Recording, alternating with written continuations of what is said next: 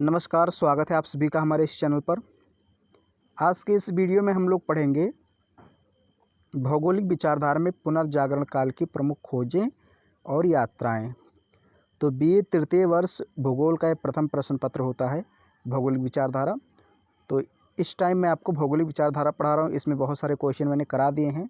Long question मैं अपने इसी चैनल पर कराऊँगा। बाकी जो शॉर्ट या वेरी शॉर्ट क्वेश्चन हैं उसको मैं दूसरे चैनल पे करा रहा हूँ, माई यूनिक एकेडमी। तो उसको भी आप ज्वाइन कर लीजिए, वहाँ पर भी आपको बहुत सारे वीडियोस मिल जाएंगे। तो चलिए अब हम लोग देखते हैं पुनर्जागरण काल की प्रमुख खोजें और यात्राएं। ये खास करके मैं लॉन्ग क्वेश्चन यहाँ पर ले रहा हूँ। जो पीडीएफ है इसकी डिस्क्रिप्शन बॉक्स में मैं दे देता हूँ, वहाँ से आप डाउनलोड कर लीजिएगा या फिर टेलीग्राम ज्वाइन कर लीजिए। टेलीग्राम पर भी आपको पीडीएफ मिल जाता है। पुनर्जागरण काल की प्रमुख खोजें व यात्राएँ। देखिए मैंने जैसा लिखा है, अगर आप ऐसा एग्ज़ाम में लिखते हैं तो आपको अच्छे नंबर मिलेंगे। सबसे पहले पुनर्जागरण काल प्रमुख रूप से यात्राओं, आविष्कारों तथा अन्वेषणों का युग था। अब इसका क्या मतलब है? पुनर्जागरण काल प्रमुख रूप से यात्राओं, आविष्कारों एवं अन्वेषणों का युग था। देखिए, यात्रा तो आप सभी लोग जानते हैं, यानी कि पुनर्जागरण काल में जो नाविक थे उन्होंने यात्राएं करके तरह तरह के देश खोजें, तरह तरह के द्वीप की खोज की। तो इसलिए हम इसको यात्राओं का युग कहते हैं या काल कहते हैं। आविष्कारों का काल इसलिए कहा जाता है क्योंकि नए नए उपकरण बनाए गए, नए नए यंत्र बनाए गए। तो इसलिए हम पुनर्जागरण काल को आविष्कारों का काल भी कहते हैं। अन्वेषण का मतलब होता है खोज। तो कई खोजें भी की गई। अब यहाँ पर है नवीन खोजों एवं आविष्कारों का युग। आपको पहली हेडिंग लिखनी है, नवीन खोजों एवं आविष्कारों का युग। सबसे पहले आपको यहाँ लिखना है 1609 ईस्वी में गैलीलियो ने दूरबीन का आविष्कार किया। देखिए शॉर्टकट में इतना आपको लिखना है। अब गैलीलियो ने कैसे आविष्कार किया ये सब नहीं लिखना है। 1609 ईस्वी में गैलीलियो ने दूरबीन का आविष्कार किया। 1680 ईस्वी में न्यूटन ने गुरुत्वाकर्षण के सिद्धांत का प्रतिपादन किया। फिर यहाँ तीसरा पॉइंट है 1543 ईस्वी में कोपरनिकस ने सौर मंडल संबंधी सिद्धांतों का प्रतिपादन किया। चौथा है 1470 ईस्वी में छापे खाने का आविष्कार महत्वपूर्ण था। जर्मनी के जॉन गुटेनबर्ग को आधुनिक छपाई तकनीक का आविष्कारक माना जाता है। उन्होंने प्रथम छापे खाने की स्थापना की थी। तो जर्मनी के जो गुटेनबर्ग थे, जॉन गुटेनबर्ग, इन्होंने 1470 ईस्वी में छापे खाने का आविष्कार किया और इन्हीं को आधुनिक छपाई तकनीक का आविष्कारक माना जाता है। 1609 में गैलीलियो ने दूरबीन की खोज की, यानी कि अब देखिए दूरबीन की खोज नहीं की जाएगी, उसका आविष्कार किया जाएगा। क्योंकि खोज उस चीज़ की जाती है जो पहले से ही पृथ्वी पर मौजूद है, लेकिन कहाँ है ये हम लोग नहीं जानते, तो उसकी खोज करते हैं। जैसे कहीं सोना चांदी गड़ा हुआ है, कोई अयस्क है, कोयला है, खनिज तेल है, उसकी हम लोग खोज करते हैं। लेकिन जब कोई नई चीज़ बनाते हैं तो उसको बोलते हैं आविष्कार किया। तो यहाँ दूरबीन नई चीज़ है, इसलिए इसको आविष्कार बोला जाएगा। 1609 में गैलीलियो ने किया। 1680 ईस्वी में न्यूटन ने गुरुत्वाकर्षण सिद्धांत का प्रतिपादन किया। 1543 में कोपरनिकस ने सौरमंडल संबंधी सिद्धांतों का प्रतिपादन किया। तो ये इतना आपको पहले लिख देना है। मैंने आपको 2 बार पढ़ा दिया ताकि आपका रिवीजन भी हो जाए। अब यहाँ हमको स्टार्ट करना है प्रमुख यात्री और उनकी खोजें, यानी कौन कौन से यात्री थे और उनकी क्या क्या खोजें थी, यानी किन किन क्षेत्रों की, किन किन द्वीपों या महाद्वीपों या देशों की खोज उन्होंने की। तो सबसे पहले यहाँ पर आता है उत्तमाशा अंतरीप की खोज। उत्तमाशा अंतरीप की खोज एक समुद्री यात्री बार्थोलोम्यू डियाज ने किया था। किसने? अब ये याद रखना,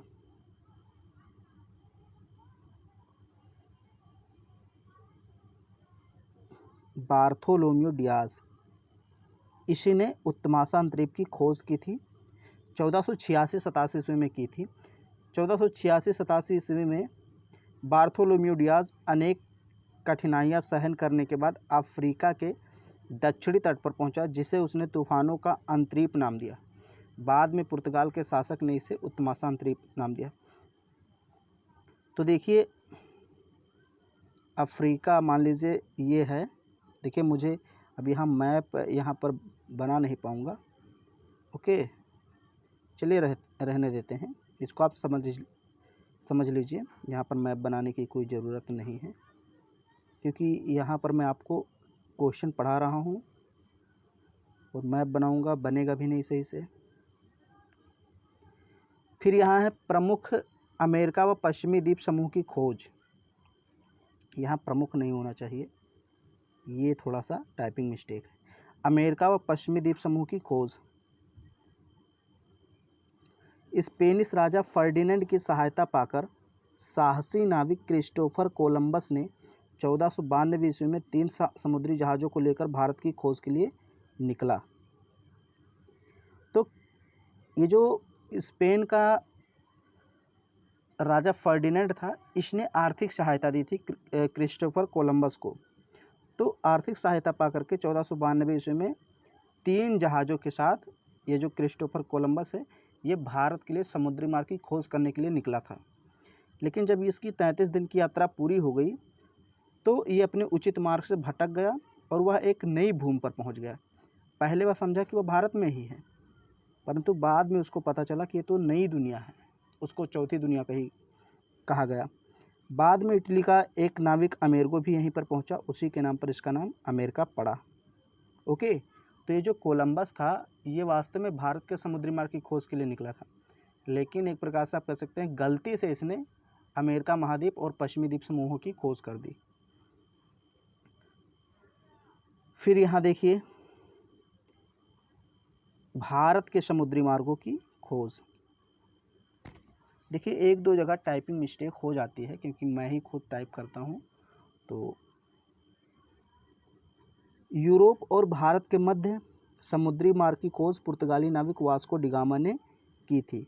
वास्को डिगामा पुर्तगाल के राजा से, अब देखिए कोलंबस स्पेन के राजा से आर्थिक सहायता लेता है, और जो वास्को डिगामा है ये पुर्तगाल के राजा से आर्थिक सहायता प्राप्त करके अभियान पर निकला था। यह नाविक अफ्रीका के पश्चिमी तट से होता हुआ उत्तमासा अंतरीप पहुंचा, फिर हिंद महासागर से होते हुए जंजीबार की ओर, वहां से वह पूरब की ओर बढ़ा। यहाँ से वह भारत के पश्चिमी तट पर स्थित कालीकट के बंदरगाह पर 20 मई 1498 को पहुँच गया। तो इसका आप चाहें तो स्क्रीनशॉट ले लीजिए, चाहें तो लिख सकते हैं, या फिर चाहें तो नोट्स बना सकते हैं अपने आप, और नोट्स मैं दे भी दूंगा। फिर यहाँ पृथ्वी की परिक्रमा, आपको ये हेडिंग डालनी है। तो पृथ्वी की देखिए परिक्रमा किसने की थी? पुर्तगाली नाविक मैगलन और उसके साथियों ने 1519 ईस्वी में समुद्र द्वारा पृथ्वी की परिक्रमा करके यह सिद्ध कर दिया कि पृथ्वी गोल है।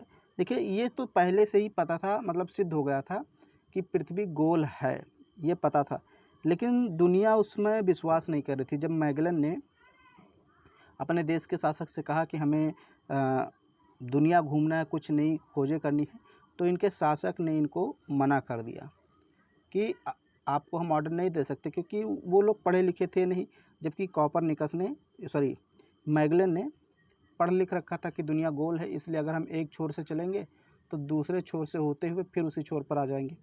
लेकिन अब इनके जो देश के राजा थे वे इस बात पर स्वीकृति नहीं देते, इनको जाने की अनुमति नहीं देते। लेकिन बाद में कुछ ये अपने दोस्तों के साथ निकल पड़ते हैं और पृथ्वी का एक चक्कर लगा करके ये सिद्ध कर देते हैं कि पृथ्वी गोल है। हमें एक स्थान से जाएंगे तो घूमते घूमते फिर उसी स्थान पर आ जाएंगे। तो ये मैगलन ने सिद्ध किया था। फिलीपींस द्वीप समूह की खोज भी कहा जाता है इन्होंने की। फिर यहाँ ब्राज़ील की खोज, तो 1501 ईस्वी में पुर्तगाली नाविक कैब्रल, याद रखना पुर्तगाली नाविक है कैब्रल, इसने 1501 ईस्वी में ब्राज़ील देश की खोज कर दी। फिर यहाँ है मैक्सिको और पेरू की खोज किसने की? तो 1519 ईस्वी में स्पेनिश नाविक कोर्टिस ने मैक्सिको की तथा 1531 में पिजारो ने पेरू की खोज की। तो स्पेन का नाविक था कोर्टिस, उसने मैक्सिको की खोज 1519 में की। पिजारो नामक एक नाविक था, इसने पेरू की खोज की 1531 ईस्वी में। अब यहाँ ये इम्पॉर्टेंट है, लेब्राडोर की खोज और न्यूफाउंडलैंड की खोज। यूरोप महाद्वीप के लिए इंग्लैंड के नाविक जॉन कैबेट ने खोज की थी न्यूफाउंडलैंड की। यूरोप महाद्वीप के लिए न्यूफाउंडलैंड की खोज इंग्लैंड के नाविक जॉन कैबेट ने की थी। 1497 ईस्वी में जॉन कैबेट इंग्लैंड के राजा हेनरी सप्तम की सहायता से पश्चिमी समुद्र की ओर निकला। साहसी नाविक जॉन कैबेट उत्तरी अटलांटिक महासागर को पार करके कनाडा के समुद्र तट पर पहुंच गया और उसने न्यूफाउंडलैंड की खोज कर दी। उसके पुत्र सेबेस्टियन, यानी कि ये जो कैबेट है इसका पुत्र था सेबेस्टियन कैबेट, जॉन कैबेट का पुत्र था सेबेस्टियन कैबेट, तो इसने लेब्राडोर की खोज की। सेबेस्टियन ने लेब्राडोर की खोज की और जॉन कैबेट ने न्यूफाउंडलैंड की खोज की। तो इसको आप मानचित्र में देखेंगे तो ये जो उत्तरी अमेरिका और कनाडा का पश्चिमी हिस्सा है वहाँ पर न्यूफाउंडलैंड है। फिर यहाँ है एक और थोड़ा सा, इसको भी मैंने लिख दिया कि अफ्रीका महाद्वीप की खोज। देखिए स्पष्ट तो कहीं मिलता नहीं कि किसने की, लेकिन नाम आता है, श्रेय इनको दिया जाता है मार्टिन स्टैनली लिखा होता है और डेविड लिविंगस्टन। तो इन दोनों ने अफ्रीका महाद्वीप की खोज की ऐसा माना जाता है। तो ये पुनर्जागरण की कुछ खोजें थी, बस इतना ही आपको लिखना है। अक्सर पुनर्जागरण में जो क्वेश्चन आता है वो 200 शब्दों में आता है शॉर्ट में, कभी कभी लॉन्ग में पूछ लिया आता है 500 शब्दों में। तो बाकी वेरी शॉर्ट में अक्सर पूछा जाता है कि वास्को डी गामा कौन था, भारत की खोज किसने की, अमेरिका की खोज किसने की, ऐसे कुछ 2 नंबर में पूछ लिए जाते हैं। तो अगर वीडियो आपको पसंद आ रहा है तो इसको लाइक कर दीजिए, शेयर कर दीजिए।